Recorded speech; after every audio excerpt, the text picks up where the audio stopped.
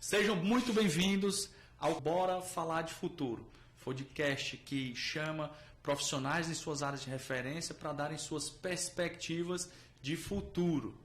Eu sou o Mário Lima e convido você a se manter atualizado, prestando atenção nesse episódio que está fantástico. Esse podcast é uma produção da Merli Consulting, a empresa de consultoria que ajuda os seus clientes a alcançarem os seus futuros desejados por meio de estratégia, projetos, produtos e processos. E hoje recebemos o atuário Nazareno Júnior, mais conhecido como NASA, para falarmos sobre um tema espetacular: o futuro é atuarial. Vamos explorar como os atuários e esses matemáticos do risco estão na vanguarda das transformações globais, desde a inteligência artificial até as mudanças climáticas. NASA, muito obrigado pela sua presença. E eu queria que você falasse um pouco sobre a tua trajetória dentro das ciências atuariais e mostrasse ao público como você domina essa área e hoje como você se tornou uma referência nacional no assunto. Mário, muito obrigado pelo convite. E eu gostaria de trazer um pouco a memória que nós nos conhecemos entre os 5 mentores do Ceará no Prêmio Ceará Awards em 2022. Né? E de lá para cá a gente vem estreitando aí essa amizade e eu fico muito honrado, satisfeito com o seu convite, tá? Para poder contribuir com esse grande projeto seu aqui. Bom, mas em falando de atuária, eu sou muito suspeito para falar porque eu sou apaixonado, né? Ninguém é criança, pelo menos na minha época, ninguém era uma criança que dizia para os pais que ia ser um atuário ao crescer, né? Como bombeiro, policial, são geralmente destacados, né? Mas a minha trajetória, cara, foi realmente um risco. Como a gente vai falar bastante de risco aqui, já dando spoiler, né? Uhum. Foi exatamente uma aposta, né? Eu realmente não conhecia o curso e eu admito, né, que eu vou passar o resto da minha vida explicando para alguém, pelo menos, o que é isso. Alguns atuários acham que isso é muito bom, outros já acham que o sonho de consumo é não precisar mais explicar. Mas a minha jornada foi meio por acaso, de fato. Eu acabei que fui naquela mesma linha dos cursos, né, da faculdade que são mais conhecidos como Direito e Medicina. Tentei Direito, não consegui obter êxito, né, no vestibular, né, naquela época o nome era vestibular. E a minha irmã fazia contabilidade. A minha irmã, eu sou o mais novo, né, de 3 irmãos, e ela já tinha feito contabilidade, só que ela tinha abandonado, casou, foi morar fora, e eu encontrei ali alguns documentos, né, alguns alfarrábios ali de estudos dela, e achei interessante, né? E comecei a entender essa questão de resultado, de números, de materializar através de valores, etc. E tentei também contabilidade, também não obtive êxito. Aí até que uma colega, na época do cursinho lá, ela chegou e falou: por que você não faz ciências atuariais, já que você tentou contabilidade? Aí o que é isso, né?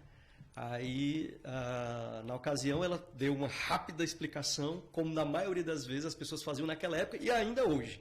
Cara, é administração, contabilidade e economia junto. Eu não sei o que é, mas é esses 3 juntos aí.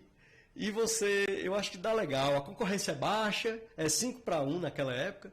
É 5 para 1 e dá certo. Poucos se formam, poucos conseguem. Onde habitam, o que eles comem, né? Aqui em Fortaleza. Mas então, eu fui pesquisar bom, aquela velha máxima também, né? Além de ter encontrado ali aqueles estudos da minha irmã, eu tinha uma familiaridade com a matemática, né? Não significa que eu era bom em matemática, mas gostava, achava que era uma ciência assim, extremamente da pura criatividade humana, entendeu?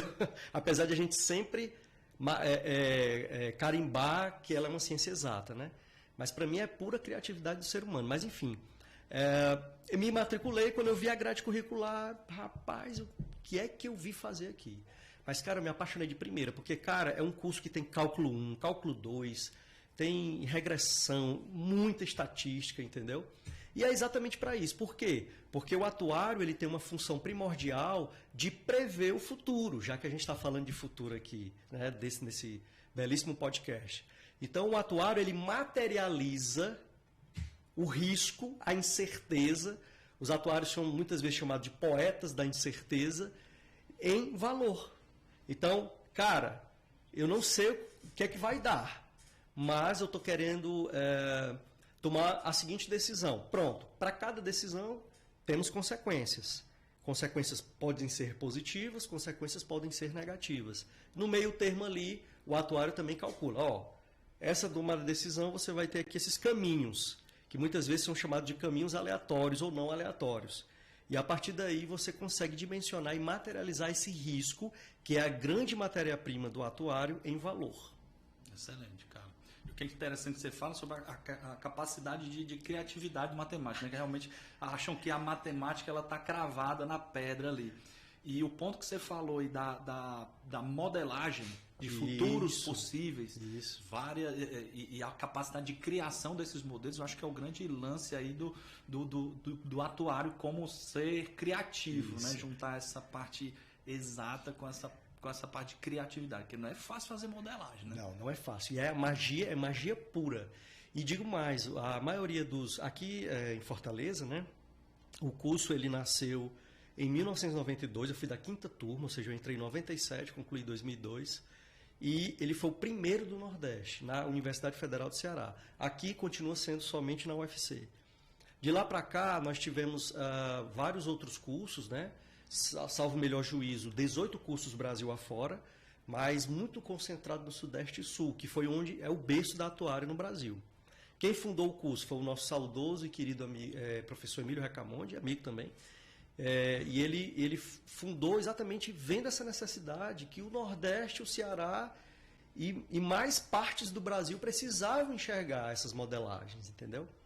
Então, quando você fala de criatividade, é exatamente isso. E ainda digo mais, que vai fazer parte do nosso papo aqui também.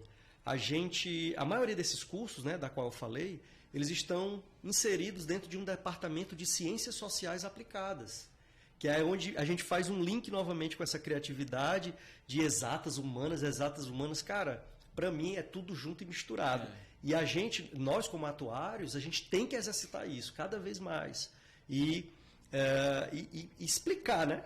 Saber explicar essa modelagem, essa magia, essa criatividade e esses caminhos que as pessoas podem percorrer através da melhor decisão e sabendo que você pode mitigar risco, como também você pode assumir riscos, que é uma quebra de paradigma, Mário. Nós fomos, parece que... Na verdade, eu acho que o brasileiro, de forma geral, tá? É óbvio que existem as exceções, mas de forma geral, nós não fomos criados para pensar no futuro, de longo prazo, digamos assim, e muito menos pensar em gestão de risco. Então, quando a gente fala dessa matéria de risco, o que é que vem na mente das pessoas? Evitar, mitigar, é coisa ruim, vai me dar prejuízo, etc. Muita calma nessa hora, o atuário está aqui para ajudar. Será que é mesmo? Ou será que a gente pode sim arriscar, mas materializando esse risco em valor e sabendo qual é o terreno que você está pisando, com probabilidades, né? Sim, claro. Falando de incerteza, falando de futuro, a gente sempre tem que ver que existem probabilidades, existem incertezas envolvidas, né? Não existem verdades absolutas. Sobre essa parte de risco também, que você falou, cara, é muito verdade. A gente, normalmente, a gente é pouco ensinado a enfrentar o risco e trazer essa disciplina, esse conhecimento a favor das pessoas, a favor dos profissionais. E tem um aspecto também que a gente estuda lá em gestão de riscos, em gerenciamento de projetos, que foi uma fonte que eu bebi bastante durante a vida, que para mim foi uma quebra de paradigma, que é o risco positivo. Sim. Porque a gente é ensinado, pelo menos a gente é ensinado e ensina na vida o seguinte, cara, todo risco é ruim. Todo risco é ruim. Isso. Cara, mas e quando o risco se torna uma oportunidade? Isso. Por que a gente não potencializa, usa matemática e faz uma modelagem para aproveitar essa oportunidade? Porque é probabilística também, não é determinística. Então, é futuro, tem grau de incerteza, mas o impacto é bom, impacto positivo. Por que a gente vai fugir e não vai dar matemática para isso também? Isso foi uma grande quebra de paradigma. Perfeito. E aí, aproveitando esse negócio, vou começar a te provocar aqui. Eu vou trazer algumas estatísticas. aqui que eu achei fazendo as pesquisas, cientistas estimam que cerca de 1,7 milhão de vírus, tá, ainda não descobertos em mamíferos e aves. Tá? E desses, entre 631 e 827 mil, tem potencial real de infectar humanos. A fonte aqui é o New Yorker, né, e a PubMed, no artigo chamado O Desafio de Conhecer o Desconhecido, que aí tem muito a ver com o que a gente vai falar aqui hoje. Outro, que é em 2024, os Estados Unidos registraram 217 bilhões em perdas econômicas por desastres naturais. Alta de 85% em relação a 2023, e desses 112 bilhões em perdas seguradas. A fonte foi a AP News. E aí um cenário de conflito geopolítico poderia gerar até 14,5 trilhões em perdas econômicas globais. E ao longo dos 5 anos, incluindo até 3,4 trilhões em perdas apenas na Europa, né? No Actuarial Post ali da Inglaterra. E o último, para a gente fechar aqui, segundo pesquisa, 80% das empresas consideram a incerteza geopolítica um dos maiores riscos e 55% dos CEOs acreditam que isso ameaça o crescimento dessas empresas. O GitNux é a fonte. Eu trouxe esses números porque tem tudo a ver com incerteza e tudo a ver com o trabalho, né, belíssimo trabalho do atuário. E eu te pergunto, como é que os atuários, considerando esses estudos que eu trouxe aqui, como é que os atuários podem ajudar no futuro do mundo? Pronto. Adorei sua pergunta, porque o que eu vejo também, eu acabei de falar para você que a gente tem ali uma percepção sempre de não assumir riscos, né? E também não ter uma visão de longo prazo. Então, o que eu vejo hoje os atuários, né, com algumas exceções, obviamente, é que eles gostam, trabalham, executam suas atividades no dia a dia de forma muito bem feita, com muita excelência, isso aí não é inquestionável. Porém, existe um atuário que o pessoal gosta de rotular, digamos assim, que são os atuários compliance. Certo? O que é o atuário compliance? O atuário compliance é aquele que só faz o que a regulamentação exige. Ah, mas eu não tenho tempo. Ah, mas eu não tenho ferramenta. Ah, mas eu não tenho sempre a mais, certo? E aí, de fato, a gente entende, né? O dia a dia é muito atribulado, as rotinas são muito corridas, né? Mas tem que sair, cara. Tem que sair para outros mundos. Porque o foco principal do atuário é isso que você acabou de falar. É o futuro. Então, quando você sempre vai vestir a camisa do atuário compliance. Isso aí não tem para onde correr, porque muitas vezes a empresa contrata, seja um seletista ou seja um PJ, uma consultoria, para atender, na maioria das vezes, uma exigência legal, de fazer um estudo, que a legislação inclusive já diz quais são os parâmetros, quais são as premissas. E o grande foco agora da diferença desse atuário do futuro, já que a gente está falando aqui dessa temática, é respeitar o compliance, mas sair um pouco dessa bolha do compliance para começar a entender mais modelos preditivos. Se antecipar cada vez mais. E aí, Mário, o atuário ele pode entender dessa forma, fazendo links com essas matérias, essas estatísticas que você trouxe de forma muito importante, mas ele tem que saber dosar também a fala dele, a comunicação, que é uma outra habilidade que, diga-se de passagem, não só do atuário, mas de todos os humanos, né? Saber se vender, saber passar uma ideia. Por que, Mário, que eu estou te falando isso? Porque no momento em que eu faço um trabalho, né, respeito ali a legislação, respeito os trabalhos que estão na regulamentação e que devem ser feitos, isso é inquestionável, passam por auditoria externa, os atuários assinam o balanço da empresa, né, junto com o representante, o contador também. E aí essa parte fica na mesa da competência, da excelência do trabalho muito bem feito. Mas o plus a mais, o além do feijão com arroz, pode até ser básico eu estar falando isso aqui, mas realmente no nosso dia a dia os atuários não fazem isso. Então, um link desse aqui, eu tenho que falar, cara, está tendo, lamentavelmente agora, uma guerra entre Israel e o Irã. O que é que isso pode ocasionar de algum link que pode vir até o Brasil, ou até o mundo, que venha respingar também aqui alguma coisa conosco. Isso é um ponto importante. Por quê? Porque nós tivemos um aprendizado com a pandemia. Quem é que imaginaria que lá do outro lado do mundo um vírus pudesse atacar todo o mundo, inclusive o Brasil, né? E aí onde é que é o ponto, Mário? O ponto é o seguinte: a gente tem que influenciar aqui os atuários para fazer o compliance e o além do compliance.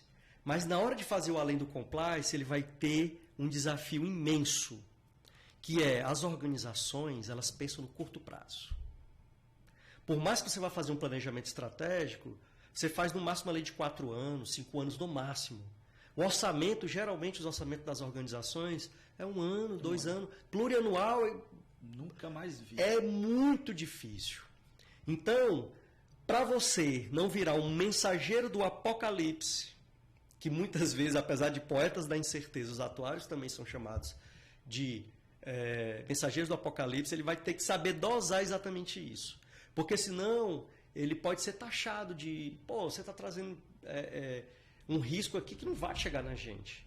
Por quê? Porque quem está lá no topo, nas decisões, quem tem a caneta na mão para decidir, e hoje a gente está vendo muitos atuários também agora entrando nesse nível de C-level, de diretoria, de superintendência, essa dosagem que ele vai ter que fazer. Então, assim, ele pode sim começar a atender esses pleitos aí de estatísticas mundiais, de estatísticas nacionais, para ver quais são os impactos, como aconteceu. Eu trago um exemplo para você. Houve as enchentes lá do Rio Grande do Sul. Tiveram alguns atuários que eu conheci que fizeram painéis para saber quantos clientes da empresa da qual eles trabalhavam estavam lotados lá e o que é que possivelmente os impactos poderiam ocasionar em relação aqui no Ceará, né, para a empresa que a matriz fica aqui no Ceará. Então isso já é uma perspectiva, já é um pensamento além do compliance, entendeu? Eu acho isso muito bacana e a gente já está vendo. Só que o atuário vai precisar saber dosar essa comunicação, tá? E fazer parcerias, porque o seu trabalho ele é baseado na confiança. Então, no momento em que ele começar a falar muitas coisas sem sentido, porque o dinamismo das organizações do mundo corporativo é para ontem, a gente tem que fechar o balanço, o orçamento esse ano, então esses projetos ficam para depois, etc. Vamos fechar agora, como é que está nosso core business, como é que está aqui o resultado, etc, etc. Então, essa dosagem ele vai ter que saber fazer muito bem feito, e isso é um desafio não só para os atuários, mas para os profissionais. Você trabalha com projetos também, você sabe como é que é isso. E aí, ele tem esse papel fundamental, mas antes de apenas soltar que ele tem um papel fundamental, a gente tem que dar ali alguns passos para trás e saber que essa comunicação tem que ser muito bem dosada, exatamente porque existe no DNA do mundo corporativo a urgência, as decisões para ontem e o velho e famoso apaga-incêndio. Então você está aqui vício, cara. Você está aqui naquela engrenagem maluca, frenética, aí chega um camarada, rapaz, aqui eu li que lá na China aconteceu algum tipo de problema que pode acontecer aqui agora. Mesmo com o aprendizado da pandemia, as pessoas, pode até ser que eles deem ouvido, mas elas vão virar aqui e vão tomar decisões de curto prazo, entendeu? Mas isso não quer dizer, Mário, que a gente não deve incentivar. Pelo contrário, nós estamos aqui falando de futuro, e esse futuro é o além do compliance, de fazer a legislação, de fazer sempre olhando para o retrovisor. Eu acho que é o ponto de olhar para frente. Isso. E o que eu percebo também é que muito se fala em decisão baseada em dados, Sim. baseados em informações. Eu vejo o atuário, o cara mais credenciado para montar esse modelo, porque uma coisa é tomar decisão em cima de dados e informações. Sim. Agora, como essas informações são modeladas? Pronto. Existe também o coeficiente de qualidade desses dados, Sim. dessas informações. E na minha visão, o profissional mais habilitado hoje para montar esses cenários é o atuário. E aí, para que a gente não tenha dúvida que de fato o que é que faz o atuário, não só fazer de conta, mas o que é que ele faz de fato, qual é o dia a dia? Dá um exemplo prático para a gente aqui, o que ele faz? Bom, quando a gente olha para... Nós temos ali os ramos de atividades tradicionais, né? Que é onde a ciência a ciência nasceu. E só um parênteses, Mário, você, engenheiro, está na engenharia, o médico está na medicina, o atuário está... Você arrisca dizer, já que ele está falando de risco, você arrisca dar um palpite de onde é que veio esse nome, atuário? Não faço a menor ideia. Vem de atas. Atas que eram feitas no antigo Império Romano, que evoluiu para uma pegada de demografia, a quantidade de nascidos, a quantidade de óbitos, e começou a trabalhar essa parte. Então, a ciência ela nasceu no ramo securitário, né? Então, hoje, quando a gente está falando de proteção familiar, proteção de bens, patrimônios, né, a gente está falando de seguros. Então, o atuário era a pessoa responsável dentro da organização de uma seguradora, por exemplo, de fazer o preço de um seguro de um automóvel. E esse preço do seguro de automóvel, além dos dados que ele toma para si para fazer o cálculo, a partir de a quantidade de sinistros que acontecem, sejam batidas, sejam incêndios, sejam roubos, sejam perdas totais, ele dimensiona, ele modela um modelo preditivo para fazer a precificação de uma apólice que vai ter vigência para os próximos 12 meses. A mesma coisa acontece nos planos de saúde. Quem faz a precificação de plano de saúde é o atuário. Então, o atuário ele pega no modelo de preço pré-estabelecido, ou seja, você não sabe o que é que as pessoas vão utilizar, mas você condensa numa tabela de preço todas as possíveis utilizações que poderão vir. E aí entra sazonalidades, entra disruptura de série temporal, por exemplo, né, se tiver realmente uma epidemia, coisas que são conhecidas, coisas que não são conhecidas, são todas modeladas a partir de margem de segurança, etc. Só que tem um detalhe, que o atuário eu vejo que evoluiu muito essa discussão, mas ele ainda continua numa guerra com a área comercial. Porque a área comercial quer vender e quem dita a regra é o mercado. E aí o atuário, por sua vez, faz todas essas modelagens, mas essas empresas não são laboratórios, não são laboratórios de teste. São riscos materializados para sair para a venda. E quem dita é o mercado. Então, eu mesmo já passei por muita evolução em relação a isso, montando parcerias. Não adianta você querer brigar. Você tem que se juntar cada vez mais. Vai ter dias mais difíceis, dias mais interessantes, dias mais tranquilos, mas no resumo, a gente precisa montar essas parcerias para até mostrar para as pessoas que não são atuários qual é a importância do trabalho, inclusive para gerar negócio. Quando a gente vai para a Previdência também, que é um ramo extremamente já solidificado, a Previdência Social e a Previdência, principalmente a Previdência Complementar, né? Então, a Previdência Complementar ela se divide em duas, né? Tem a aberta, que é comercializada pelos bancos e instituições financeiras, que é os famosos PGBLs, né? Você faz ali uma programação, e tem o complementar, que é o fundo de pensão, a entidade de previdência privada, que a turma chama, que é a previdência daqueles funcionários daquela determinada entidade. Tá? Então, o que é que o atuário faz aí? Ele calcula toda a probabilidade daquele indivíduo morrer. É sério mesmo, Mário. Nós temos estatísticas que... Os atuários têm estatísticas que tem uma probabilidade de acontecer uma morte de uma pessoa. Não, isso eu acho que é interessante também, assim, quem observa nos noticiários, de vez em quando fala, o Japão está com a crise previdenciária gigante, isso. Porque a população idosa aumentou e a taxa de natalidade lá baixa, muitas pessoas já saíram do mercado de trabalho. Isso, tá no mercado informal. Como é que se sustenta? Pois é. A Europa está passando por isso agora também, a população envelhecendo muito rapidamente. Isso. E quem é que faz a conta? Isso, é o atuário. É o atuário. E aí você viu... E não só a conta, mas a estratégia. Quem define as possíveis estratégias de solução disso? Pronto, as reformas de previdência. Você já teve a curiosidade de ver quem é que compõe o grupo técnico Não. Tem algum atuário? Eu desconheço, posso estar enganado, tá? Cara, impressionante. Impressionante, não dá para imaginar uma reforma previdenciária. Não tem um atuário envolvido. Pode até ser que tenha lá nos bastidores, mas no meu conhecimento, ali na visão, né? Porque para mim o atuário era para estar lá na frente, explicando, né? E tal. Mas enfim, o que acontece é que, aí, voltando para a sua pergunta, seguros, saúde, previdência, sempre com esse olhar probabilístico, esse olhar de incerteza, aquela junção de estatística com matemática financeira, né? Então aquela definição daquela minha colega lá que é administração, contabilidade, economia, tudo junto, não deixa de ser uma verdade. Mas a matemática atuarial por si só, ela é a junção desses dois macroassuntos, né?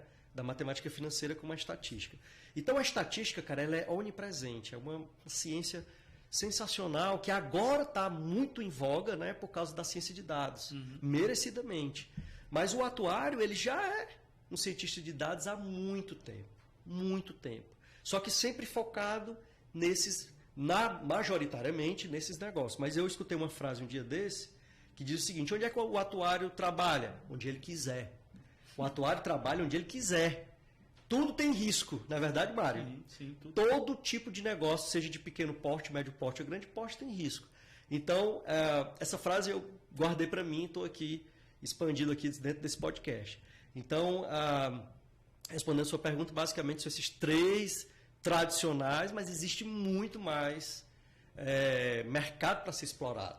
Até pela própria, por exemplo, você vai para planos de saúde, você tem a cadeia produtiva que é composta por hospitais. Por quê que o atuário não pode trabalhar no hospital, né? Em clínicas, as health techs que estão envolvidas, estão nascendo aí dentro desse ecossistema de inovação da saúde, que, diga-se de passagem, ainda é muito desafiador, diferentemente de outros ramos como varejo, indústria, né? A saúde é um terreno fértil. Na hora que virar essa chave, vai ser de uma vez. A gente já tem coisas rolando, já tem coisas acontecendo, mas ainda tem muito mais por vir. Eu, particularmente, a gente já está desviando um pouco a conversa, mas mas daqui a pouco a gente volta. Eu já conheci pessoas que vieram de varejo, foram para a saúde, não aguentaram, pela ansiedade, pelo dinamismo que já vivenciava em outros ramos, e aí só saiu da saúde e voltou, porque a saúde tem toda aquela questão de LGPD, né? Tem regulação pesada. Muita regulação pesada. Então, assim, não é simples ter mudança na saúde. Mas eu tem destaquei. Mudança, teoricamente, para pior, né? Isso. Eu destaquei, então, esses mercados, mas, cara. Você tem falado aí sobre o tradicional, né? E a gente tem mostrado aqui até agora que o papel do atuário, ele vai muito além dessa questão de seguro. Sim. E eu acho que está ali na parte de modelagem, na definição, uma coisa interessante. Hoje a gente vive uma enxurrada de dados. Sim. Tive a oportunidade de participar de diversos boards de definição de quais são os dados que vão ser registrados, vão ser capturados, vão ser armazenados. Certo. E isso tem um custo inerente a isso. Armazenar dados não é barato. Não é barato. Mas será que as pessoas se perguntam quais os dados devem de fato serem armazenados? Isso. Eu vim de uma escola também de gestão da informação e eu acho impressionante como a gente perde muito dado importante, deixa de armazenar e armazena dados inúteis, simplesmente pela facilidade de acesso a eles. E na minha visão, o atuário ele tem essa possibilidade de ditar, cara, esses dados são importantes, pode armazenar porque eu vou utilizar nas minhas modelagens. Perfeito. Esses dados aqui não precisa armazenar porque não servem para absolutamente nada. Então, esse direcionamento, eu acho que é mega importante, reposicionar o profissional atuário para essa parte mais tática e estratégica. Né? Não somente um cara que é simples calculador de risco e de preço, mas um cara estratégico mesmo, de definição, de gestão de dados, de modelagem, de tomada de decisão adequada e definição de cenários. Né? E você falou também, voltando também, sobre essa questão da atuação tradicional. Mas a gente está vendo que o mundo está se expandindo, todas as profissões elas estão expandindo. Você falou mais cedo, cara, o cara é médico e ele tinha que trabalhar na medicina.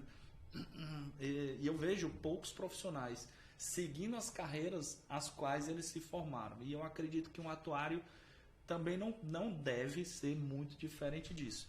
Quais são as novas fronteiras de atuação aí pro atuário? Apesar de não ser nova, mas eu vou categorizá-la como nova e pegando o gancho aí da tua pergunta sobre dados. Porque nessa pegada de gestão de risco, né, de materializar o risco em valor, o atuário se transformou, naquele atuário compliance, né, ele se transformou num exímio profissional de saber fazer avaliação atuarial, de calcular o déficit de uma previdência, né, de uma entidade, saber calcular ali as reservas de uma seguradora, de um plano de saúde. Mas olhando mais esse foco mais estratégico que você falou, já linkando com o que você também comentou sobre dados, eu acho que uma das fronteiras que deve sim o atuário participar, obrigatoriamente, é essa questão dos dados. Porque nós temos ali a pirâmide do conhecimento, né? Que vai dados, informação, conhecimento e sabedoria. Né? Então, tudo isso nessa evolução, e eu arrisco dizer que antes disso, cara, nós temos a questão da governança dos dados e o letramento de dados interno para a sociedade. Sim. Porque quantas empresas, Mário, você já se deparou ao longo da sua jornada que a pessoa tem o mesmo indicador, mas 3 áreas calculam? Bases diferentes. Cara, isso é um básico bem feito. Eu vou dar 10 passos para trás para falar sobre isso, cara. Porque por mais que isso seja passado, mas se transformou na necessidade futura. Entendeu? Então, o atuário, eu poderia destacar algumas, mas eu gostaria de explorar um pouco mais essa questão da fronteira aí dos dados. Essas novas fronteiras, como você falou. Então, o governança de dados, por que eu digo isso? Aí trazendo um pouco essa defesa, né? Defesa e concordando com o que você falou, por ser suspeito, né? Que, cara, a ciência de dados ela é definida por 3 pilares principais. A primeira delas é que a pessoa tem que saber de ferramentas, e o atuário entende de ferramentas. Segunda, ela tem que saber de matemática e estatística, o atuário entende de matemática e estatística. E terceira, ele tem que saber do negócio, o atuário sabe do negócio. Porque por mais que ele entenda, ele vai fazer um processo de precificação, vai fazer um processo de reserva, ele passa por um processo transversal de praticamente toda a empresa para entender e materializar esse risco aí, tá?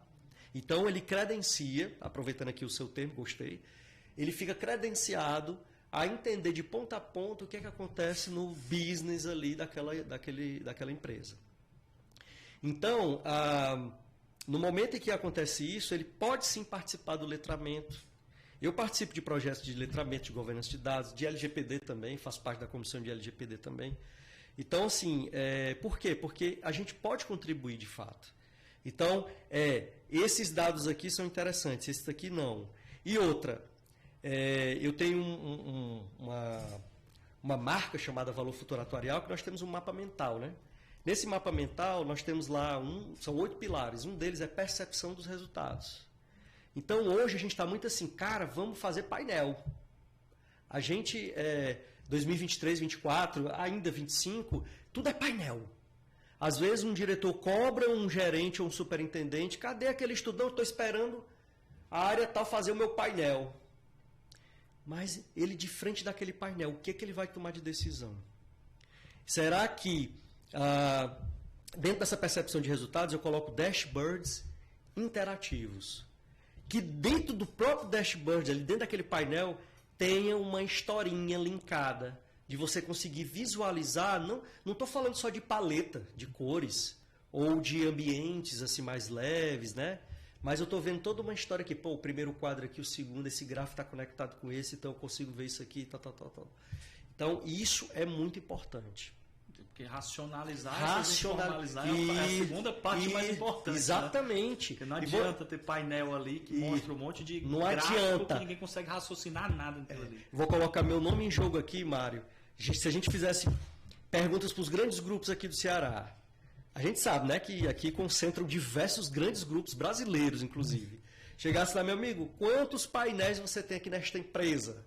Eu tenho 2.000 painéis, eu tenho 500 painéis, eu tenho 1.000 painéis. Quantos são realmente utilizados? 20%? 30%? 10%? E vamos filtrar, vamos granular mais ainda. Dos que você utiliza, que você toma de decisão? E dessa decisão que você tomou, houve algum preâmbulo antes para você saber se aquela acurácia dessa decisão é de fato correta? Então, cara, é um loop, é uma espiral eterno. Porque o mundo corporativo vivencia esse ritmo frenético do curto prazo. Eu vejo também, né? até assim, eu vejo que há nessa montagem desses painéis muito mais uma necessidade de mostrar o que foi feito. Entregar. Cara, fiz isso. Minha meta foi essa. Mostrei.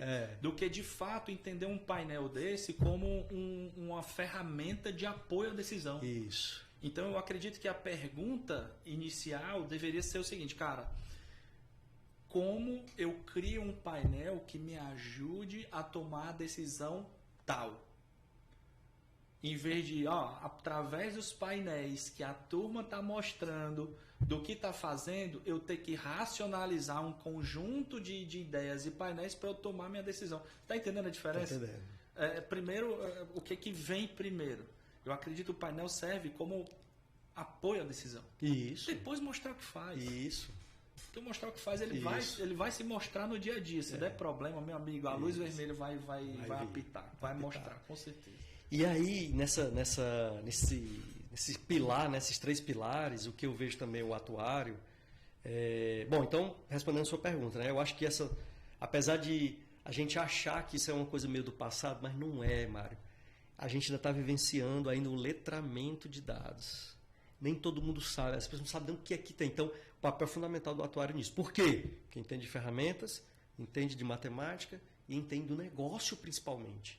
E mais do que isso, você não pode ficar naquele mundo interno do CNPJ, cara. Você tem que fazer rede de contatos, tem que participar de eventos, se for possível, né? Obviamente, às vezes precisa de patrocínio, mas você tem que furar outras bolhas, você tem que transitar entre outras bolhas para disseminar esse conhecimento. E até para aprender e trazer, exatamente, porque todo mundo tem alguma coisa para nos ensinar, ok? E aí, por exemplo, esse podcast, né? Você não é atuário. A minha pretensão, um dos meus planejamentos, é exatamente falar para não atuários, para exatamente aprender com você e poder contribuir alguma coisa para o teu conhecimento. Então, essa saída é muito importante. E aí, no caso das ferramentas, eu ainda vejo muitos atuários, aí uma crítica, eu me incluo também, né, em alguns momentos, mas o que eu percebo em algumas ocasiões é que as pessoas estão muito defensoras de ferramentas e esquecem que a ferramenta é um meio. Como a gente acabou de falar. Qual é o mais importante, Mário, da entrega de um painel? São informações que vão ajudar a tomar decisão. Então, se foi feito em Power... Beleza, ótimo que foi feito em Power BI, ou em outra ferramenta que tem uma visibilidade boa, sem problema algum, ninguém está discutindo isso. Mas você não pode perder tempo com brigas, brigas no bom sentido, né, discussões de qual é a ferramenta melhor, entendeu? E você está trabalhando para a ferramenta? Você é representante dessa ferramenta? Está ganhando comissão para vender essa ferramenta? Beleza, defenda o seu melhor trabalho, sem dúvida. Mas vá mais além, cara.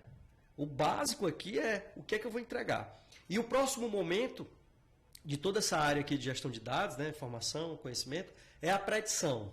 Que agora a gente volta também para a primeira pergunta sua, né? O que é que o atuário pode estar falando de futuro? Essa predição, aí o negócio já fica mais robusto, porque aí você precisa trabalhar a matriz de confusão, precisa fazer cálculos de acurácia, né? Tem que rebalancear o modelo de vez em quando, e isso também tem que ser responsabilidade do atuário. E aí a gente começa a entrar na inteligência artificial, porque por mais que você possa modelar, né? Modelar por simulação, modelar por projeções, né? Modelos estocásticos de longo prazo, etc., a gente hoje já se depara com algoritmos extremamente potentes, né, que podem auxiliar nisso aí. Agora, você tem um algoritmo extremamente potente, você pode baixar ali a biblioteca no Python, né, por exemplo, e rodar o modelo, aí volta para a mesma coisa do painel. O que é que este modelo está entregando? Porque o modelo Machine Learning é um aprendizado de máquina. Aprendizado de máquina a partir do input do ser humano. Né? E do que ele precisa como resposta. Exatamente, o que ele precisa como resposta. Então eu já estou vendo, por exemplo, eu tive contato com com 2 alunos agora que um já se formou agora, recente na UFC, e o outro está se formando, eles usaram Machine Learning para verificar a possibilidade de quebra, na verdade o termo não é quebra, né? Insolvência de operadoras de plano de saúde. Então, é uma resposta, desde que tenha acurácia, seja tudo testado bonitinho, é uma resposta fundamental que, inclusive, a academia tem que dar para o mercado. Já que o mercado está nesse ritmo frenético, dessa engrenagem que não para, a academia tem esse papel fundamental de pesquisa, porque a inovação vem de pesquisa também. Então, eu já estou começando a ver atuários já transitando desse modelo de Machine Learning, e aí essa extrapolação desse modelo, dessa pergunta que você acabou de falar, de novas fronteiras, eu vejo isso com muito bom olhar, certo? Pouco explorado ainda, mas eu acho que daqui para frente vai bombar mais. E aí, independentemente do modelo, independentemente do ramo, pode ser na previdência, pode ser no seguro, pode ser na saúde, pode ser em qualquer que seja, o modelo, o algoritmo, ele vai servir para o negócio, ferramenta e matemática que você for estudar a melhor forma. Agora, para isso precisa de tempo, né? Precisa de dedicação. A empresa que entender que isso realmente, empresas de grandes grupos, né? Quiserem patrocinar de fato esse tipo de trabalho, vão ter que entender que o ritmo é frenético, vai continuar, mas em alguns momentos a gente vai ter que parar para pesquisar, vai ter que parar para estudar, que a gente pouco vê isso, né? Nesse mundo, no mundo mais assim, no mundo corporativo mais raiz, né? Digamos assim. Então, a gente precisa disso. Então, eu vejo isso como 2 fronteiras muito interessantes para o atuário. A gente fala muito de inteligência artificial e só lembra dos LLMs, né? De ChatGPT, de Gemini e tal, mas, cara, isso aí é a ponta do iceberg. Eu acho que eu utilizei, né? Já tenho ali alguns dados que eu coleto até para algumas consultorias e tal. E, de fato, eu vejo que a LLM, enquanto responsivo, ali, ele ajuda demais o dia a dia do funcionário, do profissional.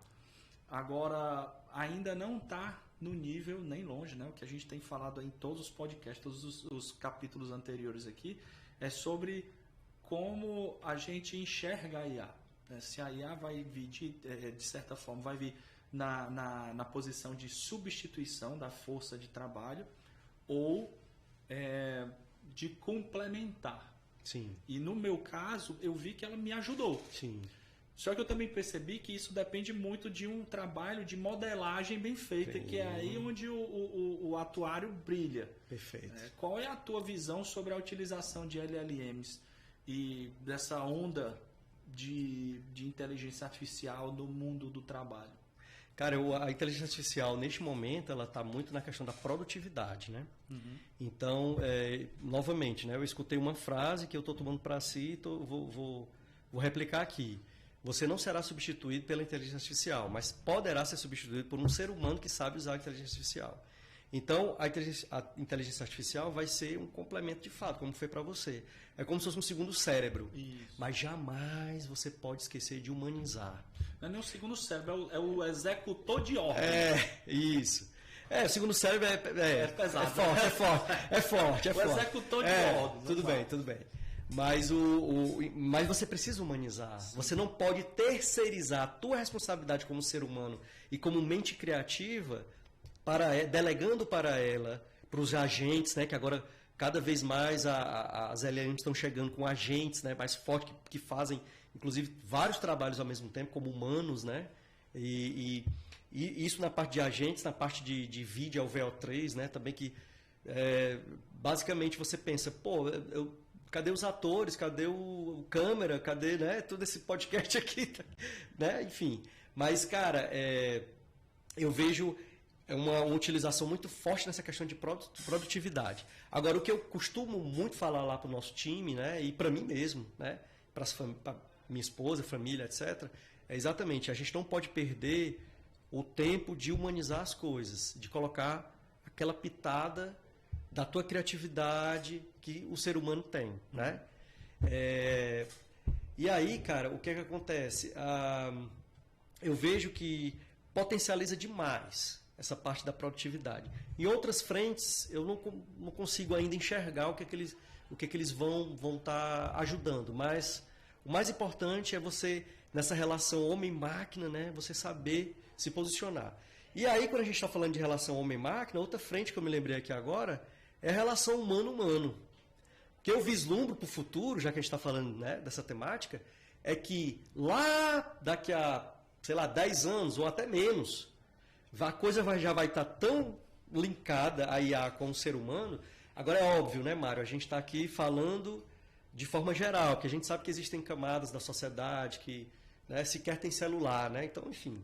Mas de uma forma geral mesmo, falando de tecnologia, o que a gente enxerga é que vai estar tão dominada essa parte, vai estar tão assim, esse executor de ordens, né, como você acabou de falar, que os seres humanos podem ficar meio perdidos. E aí eu vejo um potencial do atuário também tá trabalhando essa parte comportamental. Por exemplo, agora mesmo eu estou fazendo uma pós-graduação em neurociência. Enquanto está todo mundo lá para dados, Big Data, alguma coisa, eu estou indo para um lado um pouco mais. Não quer dizer que eu não preciso estudar dados, pelo amor de Deus.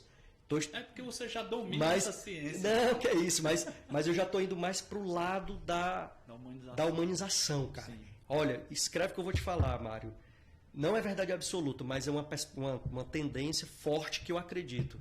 Os seres humanos cada vez mais vão precisar de outros seres humanos. Porque alguma hora eu não aguento mais isso, eu quero ter esse contato. Eu quero ter esse contato aqui com outros seres humanos para trabalhar essa relação. E aí, meu amigo, eu costumo até dizer que psicólogo é profissional do futuro, né? Mas, brincadeiras à parte, isso aí também o atuário vai poder trabalhar também. Por quê? Porque nessa materialização de risco, nessa gestão de dados, etc., etc., precede o número. O que é que precede o número? O comportamento humano, né? Então, por mais que eu saiba que a pessoa vai para uma consulta médica, Mário, porque ela está precisando, ela está doente, na maioria das vezes, né? Porque ir para a prevenção, a gente sabe que existe, mas na grande maioria das vezes a pessoa vai para uma consulta de pronto-socorro, por exemplo, porque já está nas últimas e precisa de um diagnóstico rápido para que os sintomas sejam controlados. Mas o que é que leva realmente essa pessoa a adoecer? O que é que leva realmente Quais são as condições? O ambiente que ela vive, o contexto, história de vida. Então, essa pegada do ser humano como ser humano, não apenas essa questão comportamental, mas todo o contexto socioeconômico que as pessoas vivenciam, eu acho, na minha modesta visão de futuro, que será uma grande tendência para a atuação desse tipo de profissional, desses profissionais. Perfeito. E a tendência também que e não foi, mas nunca vai deixar de ser, que é a questão do ESG. Sim. Como o atuário ele pode atuar para contribuir com o ESG? Cara, riscos climáticos, sustentabilidade, entendeu? Então ele tem que se antecipar para isso. A gente estava antes aqui, né, nos bastidores, a gente estava falando sobre sazonalidade, né? Aqui no Ceará, por exemplo, chove muito de janeiro a abril. Está chovendo muito em junho também, né? Mas chove mais de janeiro a abril, e as pessoas não fazem nada em relação a isso, né? Então o atuário ele pode prever exatamente esses impactos ambientais, né? Dentro dessa materialização do risco, de impactos ambientais, riscos climáticos, catástrofes. Já que a gente está falando de incerteza, em algum momento tem que ter no estudo dele uma catástrofe ali que poderá acontecer com uma frequência baixíssima, mas com um custo, uma severidade, como a gente costuma falar, extremamente alta, que aí, na verdade, nenhuma companhia de seguro ou operadora poderia assumir esse risco e teria que terceirizar para uma resseguradora, que também é um outro ramo de atividade também do atuário, né? Quando são riscos catastróficos, né? O Brasil, ele, em comparação com outros países mundo afora, ele não tem tantos registros, né, mas vez por outra a gente escuta alguma coisa desse tipo. Então nós aqui também não somos muito habituados a ficar prestando atenção nessas coisas. Principalmente nós aqui do Nordeste, né, que temos ali o clima mais de chuva e só temos 2 estações do ano, né? Chuva e sol. Verão e mormaço. Verão e mormaço. Gostei. Então, a gente pode estar se antecipando em relação a isso e ver quais são os impactos que vão acontecer na sociedade e nas organizações também. Isso vai muito tem muita do interação. Tem muito da questão do comportamento também, né? Essa Isso. questão que a gente estava falando até nos bastidores sobre a nossa capacidade preventiva, Isso. a nossa tendência preventiva e a nossa tendência corretiva. Infelizmente hoje nós temos uma tendência de sermos muito mais corretivos do que preventivos. Isso. E aí acontece catástrofe, acho que há 1 ano, 2 anos atrás, eventos climáticos fora do normal que geraram inundações aqui na Bahia. Isso. As inundações lá do próprio Rio Grande do Sul, você falou que apesar de haver uma probabilidade maior de acontecer lá, nunca foi nas proporções que foram mostradas lá. E o que é que acontece, Mário, já que a gente falou aqui de questões de enchentes, né? Quando a água baixa, são muitas doenças, né? Doenças tanto de lectospirose, né? Quanto doenças também de vírus de forma geral, né? Doença, então, impacto na economia local. Isso, a questão da agricultura, o próprio trabalho que as pessoas não conseguem deslocar. Então, tudo isso tem que ser dimensionado. E assim, e você vê, e uma coisa interessante, Mário, é o seguinte, você, como eu falei, né, a gente não precisa ser o mensageiro do apocalipse, mas já existem algumas estatísticas mundiais que já nos dão um norte. Você não precisa ficar paranoico, mas já dão um norte de alguma coisa. Então, por exemplo, gripe espanhola aconteceu o quê? 100 anos atrás, né? Então, com certeza vai ter algum estudioso, né? Já existem estudiosos, pessoas, pesquisadores, que já estão vislumbrando quando é que pode vir uma próxima pandemia. Você vê relatórios de entidades governamentais mundiais que já diziam que poderiam ter realmente uma forte presença de um vírus naquela época. E ninguém deu atenção. Mas é porque nós realmente, cara, é um aculturamento essa questão do futuro, entendeu? Viver o hoje. Beleza, não tem problema nenhum. E a gente deve viver o hoje. Mas a gente sempre tem que ir lá e voltar. Muita gente ainda é muito apegada ao passado, né? Passado, etc. O passado é bom para você beber ali umas estatísticas, pegar ali algumas informações. O presente, viver o hoje realmente para tomar as melhores decisões. E você sempre tem que estar lá na frente para ver o que é que pode vir, né? E aí, você pode prestar atenção que se você for um cara estudioso e tiver acesso às informações, procurar hoje com um nível imenso de informações que nós temos aí nas redes, obviamente informações fidedignas, né, que não sejam fake news nem nada, mas você pode já começar a se antecipar, porque muito provavelmente algum estudo já está falando alguma coisa que pode acontecer. Que pode, né? Probabilidade alta de acontecer. A mesma coisa foi a enchente no Rio Grande do Sul. Quando eu fui ler naquela época, eu vi relatos que o Rio Grande do Sul já passou por outras enchentes no passado, porque existe ali a geografia dele, é muito propícia para isso, etc, etc. E aí, né? Então, assim, a gente entra numa seara de discussão que depende de política, dos empresários, etc. Mas eu acho que tudo parte de grupos multidisciplinares, né? E aí nessas discussões, seja via academia, seja via empresas mesmo, ou via política, enfim, todo mundo junto misturado, colocar o atuário nessa discussão. E com todas essas mudanças, certo? Que impactam a nossa vida cotidiana e o próprio profissional atuário, né? Como é que tu enxerga o posicionamento do atuário do futuro? Ele é mais estratégico, ele é mais operacional, ele vai ser um oráculo de hub de conhecimento, hub de conhecimento, ou um oráculo de prompts ali para ir a fazer o trabalho braçal. Qual é a tua visão da atuação do atuário do futuro? Gostei quando você falou do oráculo dos prompts. Eu tinha visto o auditor dos algoritmos, né? Que é tipo assim, fala-se muito de low code, no code, etc. Existe uma parte dos atuários que são contra isso, porque os caras realmente gostam de botar a mão na massa, mas a gente tem que vivenciar e saber de todas as possibilidades. Eu vejo sim uma possibilidade de nós sermos um oráculo dos prompts, gostei. Vou até anotar para mim essa possível atividade. Mas eu vejo também que é a questão ética, né, dos algoritmos. A gente não pode, apesar de low code, no code, a gente não pode simplesmente rodar um código e achar que o que está saindo ali está correto. temos que humanizar também os códigos, além do que a LLM traz, né, que é o nosso dia a dia ali de produtividade. Nós temos que saber o que é que o código está trazendo e fazer exatamente essa interpretação. Vai ser o grande tradutor do futuro a partir dos dados, né? Eu penso dessa forma. E essa questão de estratégia, vai ter um perfil mais estratégico, um perfil mais operacional, cara, os perfis a gente não tem como mudar, certo? Eu acho assim que a pessoa que... eu já fui assim e vejo muitos atuários dessa forma, então não julgo porque eu também já fui assim.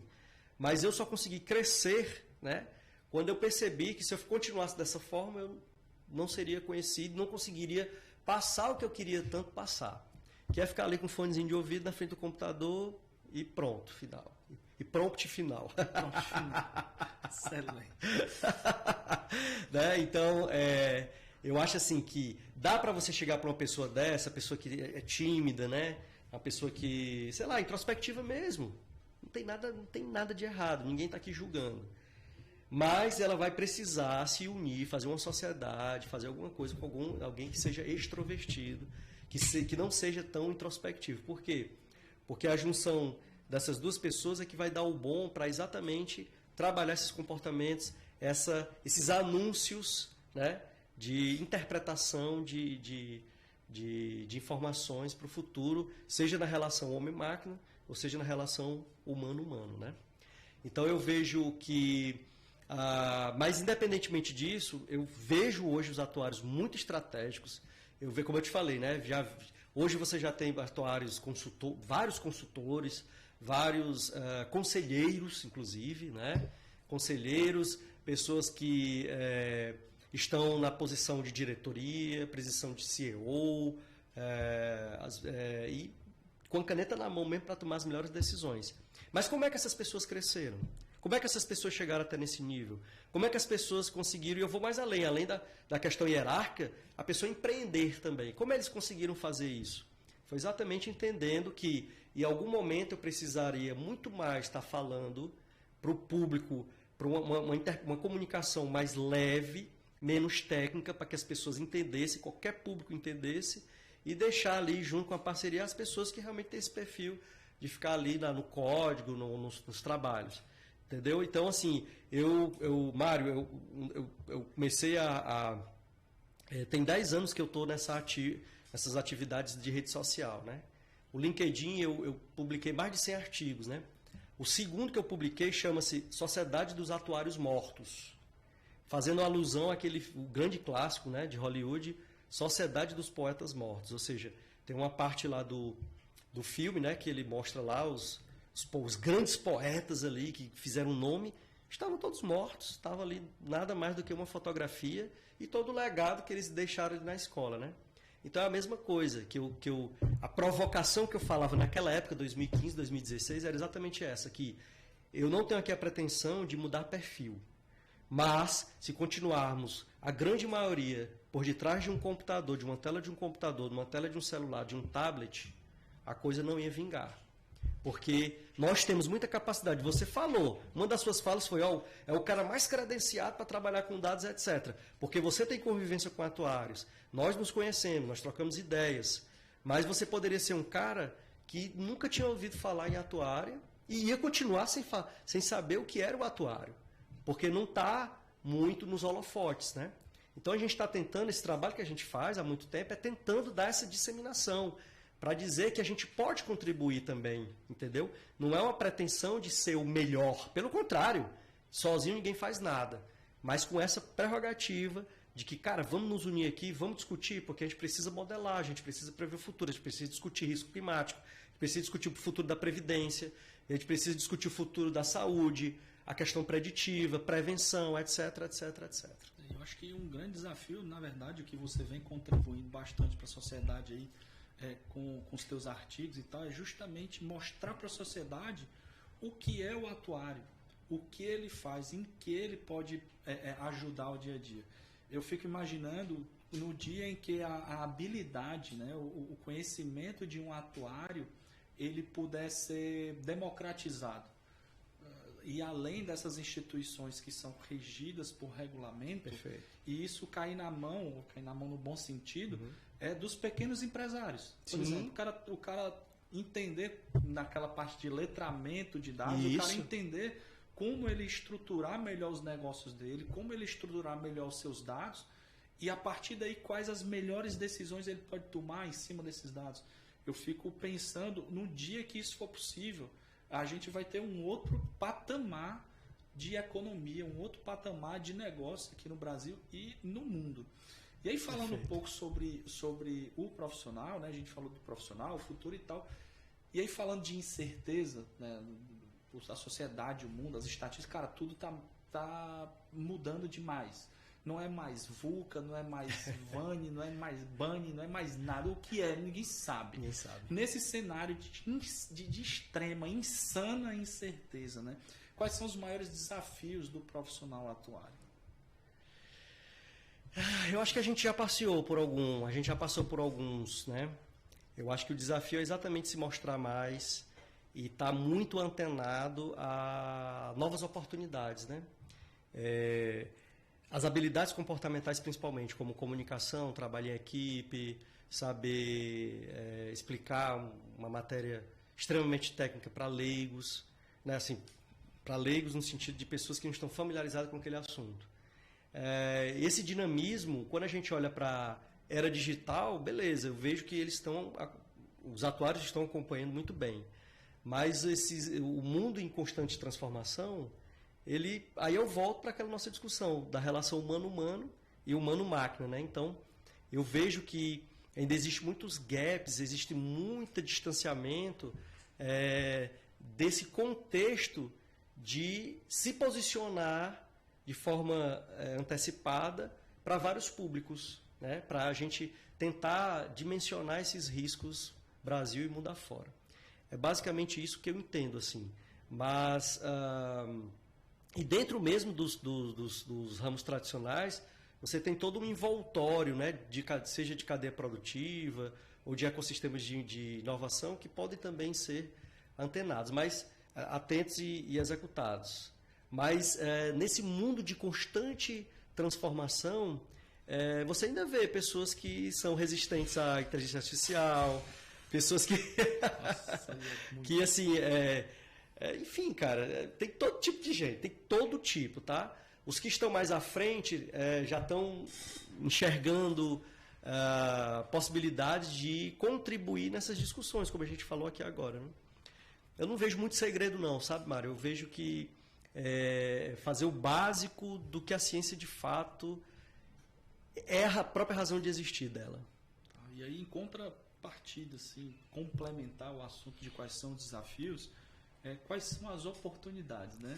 Quais são as oportunidades para o profissional atuário? Eu vejo, a gente já falou aqui diversas, assim, diversas. Mas eu queria que, se você pudesse, fazer um compilado aí de quais são as principais oportunidades que o profissional atuário tem. E não só o profissional, mas pensando assim, nós como sociedade, dos consumidores, dos possíveis serviços de atuário. Qual é esse mundo de oportunidades que você enxerga? Eu vejo, cara, que um mundo de oportunidades que já era, né, mas agora deu um boom maior, é a questão do ativo, gestão de ativos, né? De investimentos. Você gerir realmente ali a psicologia envolvida na economia. Porque também nós não sabemos, de forma geral, a gente não sabe poupar, a gente pensa muito no dia de hoje. E isso é muito, nós que somos dessa geração, né, dessa mesma faixa etária, a gente percebe que os nossos avós, os nossos pais, que os recursos eram bem menores, né, e a luta era muito maior para conseguir alimento, conseguir as coisas. Ele dizia o seguinte: não, amanhã dá um jeito, né? Vamos pensar no hoje, que amanhã dá um jeito. Então, eu vejo que hoje, antigamente os atuários eles eram meio que classificados por grau, né? Não era nem grau, era tipo, né? Tinha o tipo 1, tinha o tipo 2, o tipo 3, o tipo 4, o tipo 5 e o tipo 6. Hoje em dia isso aí morreu, entendeu? Mas, revivendo um pouco essa memória, o tipo 3 naquela época era o atuário que contribuía para a gestão de ativos, contribuía para as receitas, contribuía para o crescimento do patrimônio das pessoas e das empresas, né? E aí, no final das contas, quando você vê, o atuário hoje ele fala muito de boleto, fala muito de despesa, fala muito de custo. Então, eu vejo que uma outra oportunidade, um outro campo de atividade que eu acho que poderá bombar bastante é isso. Porque, aí de novo, né, Mário, sem querer ser repetitivo, mas sendo, a gente sabe que tem gente que não tem condição nem de comprar ali, trabalha de manhã para comprar o jantar à noite, né? Mas, de uma forma geral, você ter uma renda passiva, cara, te dá uma cabeça mais tranquila para alguns infortúnitos, né? A gente sabe que hoje lamentavelmente, tem o etarismo, tem outras condições que faz com que, se você quer se manter no CLT, vai ser um pouco mais difícil. E ainda mais quando você tem família, filhos, acaba que se você não tem ali aquelas reservas, né? Então, o que é que eu enxergo? O atuário ele é muito voltado para as reservas, custo, etc., né, do CNPJ. Ele é um clássico, o cara reina em relação a isso. Aquele atuário do compliance que atende a legislação bonitinho. Quando ele vai olhar para ele, cara, a vida é totalmente desorganizada. É sério? É sério. Muitos. Casa de ferreiro, espeto de pau. Muitos. Exatamente. Muitos. Ou se não, quer dizer, e aí eu me incluo também, tá? Não estou julgando. Teve uma época aí que eu tinha vários recursos na poupança, cara. Olha só. E aí a gente diversificou um pouco mais os investimentos para ter uma rentabilidade maior. Mas é exatamente isso. Casa de ferreiro, espeto de pau. Você não olha para si. E aí entra muito naquela questão perfeccionista. O cara sabe calcular, o cara entende matemática, entende tudo. Peraí, deixa eu fazer aqui os meus cálculos primeiro.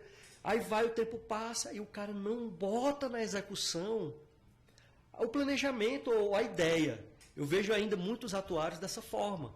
Porque eles manjam muito, então eles querem na hora do cenário ideal. É muito louco isso, porque eles entendem de incerteza, entendem de probabilidade, mas sabe que não tem o momento ideal, o momento ideal é agora. É agora, mas pro futuro, agora pensando no futuro, né? Mas ele espera as condições favoráveis para fazer alguma atuação, ou se ele não entende daquela matéria, ele quer estudar, ele quer ser PhD naquela matéria para ele possivelmente entrar e fazer com o CPF dele alguma coisa daquele tipo. Então, cara, isso atrasa muita coisa. Aí é uma provocação, tá, gente? Porque eu também passei por isso, também passo, inclusive, e é para mim também, essa provocação também é para mim. Então, cadê? Você vai investir nisso aqui? Não, eu vou primeiro estudar melhor e tal. E outra coisa, atuário não gosta de perguntar. É impressionante, não gosta de perguntar. Eles, não, eu vou estudar aqui para saber, tal. Meu irmão, pergunte. Você tem que regar a planta da sua rede de contatos todo dia. Então, você está servindo, né? Fornecendo alguma coisa aqui para alguém, ou você também pode perguntar, né? Desde que esteja propício o ambiente. Mas eu vejo assim, muito poucos atuários com vergonha de perguntar, ou porque não se sentem à vontade, ou porque gostam de estudar para não ter que depender de ninguém. Isso é um movimento assim que eu olho, sabe? Que eu vejo quando eu adentro assim, a alguns outros colegas, né? Mas enfim, aqui eu estou generalizando, né? Existem as exceções também, mas eu acho que isso é uma oportunidade e ele tem que... Como o mundo muda muito rápido, às vezes não dá tempo de estudar para virar PhD, não. Se não tomar a decisão naquele momento, com as condições que tem... Isso. Então, assim, é excelente para fazer a diretoria tomar as melhores decisões.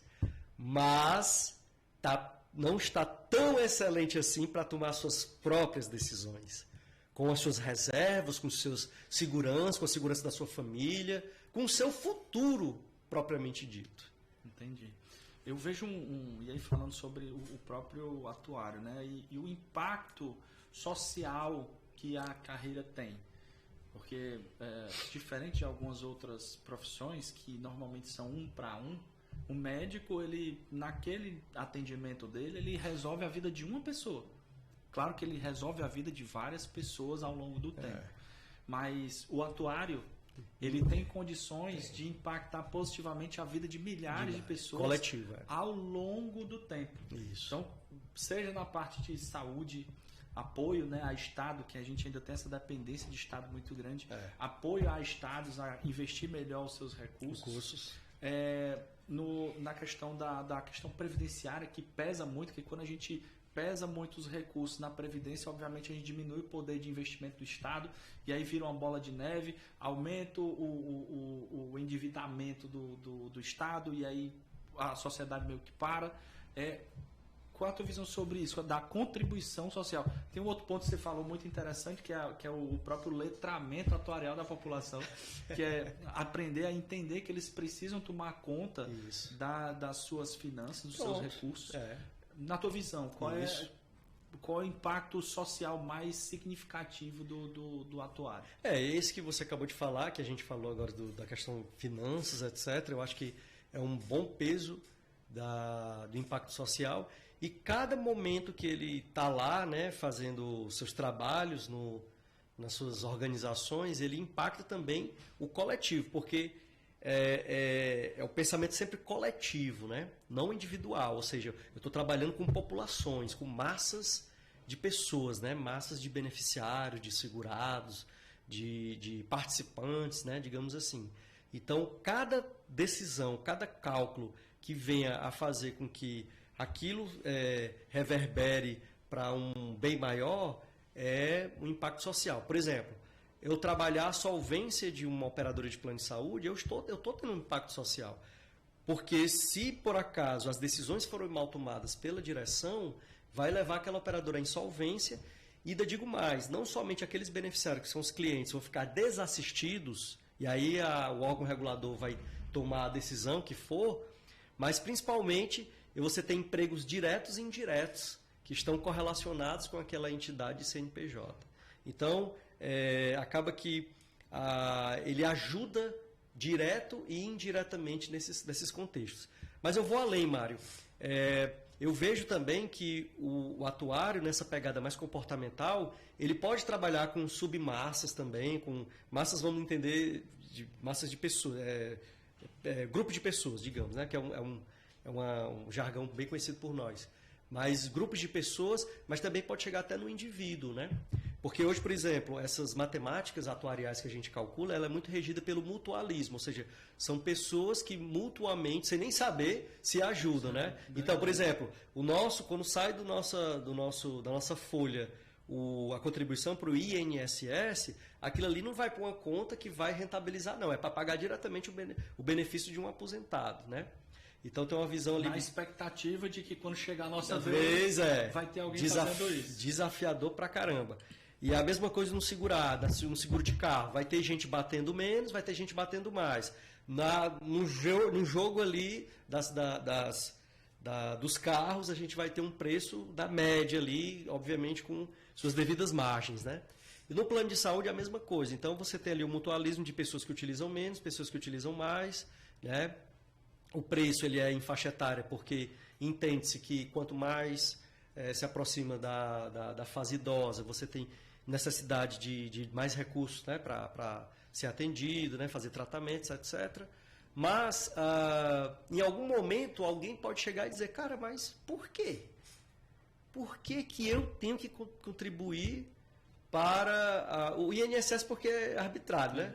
Não tem o que fazer. Até quando vir uma lei... até quando vir uma lei para mudar. Mas num plano de saúde você paga se você quiser. E hoje o mercado se movimenta, existem diversos outros atores aí que trabalham. Hoje mesmo eu vindo para cá, eu vi um ônibus, né, aquela parte de trás do ônibus, uma empresa especializada em cirurgias. Eu entrei no site e vi lá, cirurgia tal, X mil reais, parcela em 24 meses, recebe até bens... E a galera está se movimentando, não sei se dá certo, né? Mas está lá, o marketing pesado lá, então a galera está se movimentando. Da mesma forma que o beneficiário pode se movimentar também. Ele pode dizer, mas por quê? Por que eu estou pagando esse plano de saúde aqui e eu estou, na verdade, eu não uso e estou financiando uma cirurgia de uma pessoa que está com câncer, digamos assim. Óbvio, existe uma solidariedade, existe um pacto intergeracional. Mas a pessoa pode, e ela tem o direito dela, de pensar, diz, cara, eu não quero isso não, eu quero, sei lá, eu vou comprar aqui um produto que é só consultas e exames aqui no mercado, não vou nem para o plano de saúde, eu vou para outra coisa. E aí você tem, começa a vir a questão comportamental. Tipo assim, cara, eu não uso nada, então, cara, vamos fazer como o seguro do carro, tu vai ter aqui uma bonificação ou então tu vai aumentar o teu preço porque tu agiu aqui dessa forma, né? Que são as questões... o cara acelerou muito, o cara freou muito, o cara tem não sei quantas multas, então todo esse comportamento da condução do veículo, ele é contabilizado, né, atuarialmente para fazer face a essa materialização de risco. A mesma forma eu vislumbro no futuro alguma coisa relacionada a isso, no indivíduo, apesar da gente ter um impacto, a sua pergunta ser um impacto social, mas eu chego no nível de indivíduo, eu não descartaria essa possibilidade. Existe e outra coisa que eu... uma tendência, né, no mercado de fazer uma personificação Sim, do atendimento. Perfeito. Acho que nesse ponto tem muita ligação, né? Tem ligação. Hoje a gente já tem capacidade de puxar detalhadamente o comportamento do indivíduo. Porque cada vez mais as pessoas vão ficar exigentes, as pessoas vão querer lutar pelos seus direitos, né? Ninguém hoje compra um serviço, nem eu, nem você, compra um serviço. Se você não está se sentindo bem naquele serviço ou foi mal atendido, cara, você troca ou você abre uma reclamação na ouvidoria ou vai no judiciário, né? Enfim. Outra coisa que eu estava me lembrando aqui também, Mário, é o seguinte, a questão dos riscos cibernéticos, certo? Que hoje... Você já foi fraudado aí, seu número de telefone, pedindo dinheiro? Ainda não, porque eu tenho uma dificuldade grande de apertar link. Pronto, boa. Então a gente também passa por esse letramento, né? Aí faz parte do letramento. Exatamente, é um letramento de a gente saber o seguinte, cara, é um risco você clicar nisso aqui. Hoje eu recebi um e-mail TRT12, você foi chamado para uma audiência no tribunal, não sei o que, não sei o que. Aí eu, o quê? Pra cima de mim. Pra cima de mim. Chega a beirar o ridículo. Sim. Mas a gente está falando por nós. Mas tem muita gente que cai, cara. Cai. Muita. E eu já vi algumas situações, já recebi uns e-mails assim, então, bastante convincentes, cara. Isso. Bastante convincentes. Então, nessa parte de segurança da informação, já que a gente falou de dados e informação, eu vejo também um bom e um excelente campo do atuário também nesse letramento. Né? Como eu te falei, eu faço parte da comissão de LGPD, então... Eu fui um dos defensores lá de a gente começar a anonimizar, pseudo-anonimizar os dados. Você sabe qual é a diferença de anonimizar e pseudo-anonimizar? Não. O anonimizar, você perde a fonte primária. Você cria lá ABC 123. O Mário vai ser o ABC 123. Impossível de você retornar. O pseudo não, a fonte primária permanece, você clona e cria um pseudo-anonimizado. E o que é que a maioria das pessoas fazem, né? Pseudo-anonimiza. Aí tem códigos, tem vários códigos que fazem isso. E na hora da gente rodar esse código, o que a gente fez? A auditoria de algoritmo. Para saber o que é que vem de lá para cá. Se vai respeitar realmente o que realmente está se propondo a fazer. Então eu vejo outro campo também que eu estava me lembrando aqui agora também sobre isso. Muito bom. E aí, cara, você como uma referência aqui que a gente tem no Brasil, como o atuário, o rosto da ciência atuarial no Brasil, eu queria perguntar como que os nossos ouvintes conseguem te alcançar nas redes sociais, como eles podem chegar para você e tirar porventura alguma dúvida e te seguir para se inspirar nas suas carreiras, para entender um pouco mais sobre o dia a dia do atuário, porque eu entendo que aqui não é a comunicação somente para os atuários. Sim. Aqui é a comunicação principalmente para quem não é atuário. Isso. E para as pessoas entenderem como podem beneficiar o seu futuro utilizando o profissional atuário também. Perfeito. Bom, Mário, eu utilizo bastante rede social e as minhas duas principais é o LinkedIn e o Instagram. O LinkedIn você pode me achar Nazareno Júnior. Júnior extenso, J-U-N-O-R, certo? No Instagram é Nazareno JR_. E aí você pode me adicionar.